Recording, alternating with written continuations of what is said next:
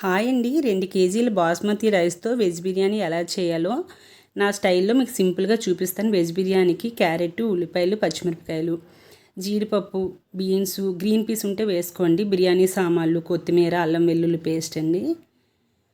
Oil వేసి బిర్యానీ సామాన్లన్నీ అడిగితే ఇస్తారు కదా కొట్టు మీద, అవన్నీ ఆయిల్ వేసి బిర్యానీ సామాన్లన్నీ బాగా వేగించాలి. తర్వాత కట్ చేసి పెట్టుకున్న వెజిటేబుల్స్ అన్నీ కూడా ఏటేటి కావాలో అవన్నీ కూడా వేయాలి. పచ్చిమిరపకాయలు, జీడిపప్పు, ఉల్లిపాయలు, క్యారెట్, బీన్స్, గ్రీన్ పీస్ ఉంటే వేసుకోండి, బాగుంటుంది.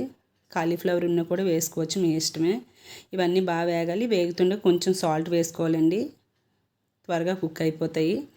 ఇది మా అబ్బాయి బర్త్డే రోజు చేశానండి. 2 కేజీలు బియ్యం తీసుకొని వెజ్ బిర్యానీ చేశాను. అల్లం వెల్లుల్లి పేస్ట్ వేయాలండి, బాగా ఫ్రై చేయాలి. అయితే 2 కేజీల బాస్మతి రైస్ని నేను ఒక గిన్నెతో కొలుచుకున్నానండి. ఒక గిన్నెకి వచ్చింది. అయితే గిన్నెన్నర నీళ్ళు పోసాను. ఒక గ్లాస్ అయితే గ్లాసున్నర నీళ్ళు పోయాలి. అలాగనమాట కొలత చూసుకోండి, లేకపోతే బాస్మతి రైస్ మెత్తగా అయిపోతుంది. నీళ్ళు పోసిన తర్వాత బాగా మరగాలండి, మూత పెట్టుకొని. బాగా మరిగించిన తర్వాత మనం ఆల్రెడీ బాస్మతి రైస్ కొంచెం కడిగి పెట్టేసుకున్నాం అనుకోండి. ఇగోని బాగా మరిగిన తర్వాత ఆ రైస్ ఇందులో వేసేయాలి. వేసేసి కలిపేసి సిమ్లో పెట్టి, అంటే కొంచెం మూత అప్పుడే పెట్టకండి, కొంచెం కొత్త లైట్గా ఉడుకుతుంది.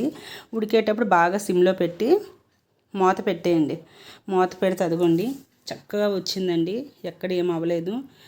ఒకప్పుడు బిర్యానీ చేయాలంటే భయపడిపోయేదాన్ని, అమ్మో ఎలాగొస్తుంది అంటే. ఇప్పుడైతే చాలా ఈజీగా చేసేస్తాను. మా అబ్బాయి బర్త్డే రోజు స్పెషల్స్ అండి, సింపుల్గా చేస్తాం. చికెన్ కర్రీ లాస్ట్ వీడియోలో పెట్టిన, ఒకసారి చూడండి ఆ పిక్. ఇది మటన్ కర్రీ, రైసు, బిర్యానీ చాలా సింపుల్గా అయిపోయింది. మన ఛానల్ ఎవరైనా ఫస్ట్ టైం చూసినట్లయితే లైక్ చేయండి, షేర్ చేయండి, సబ్స్క్రైబ్ చేయండి.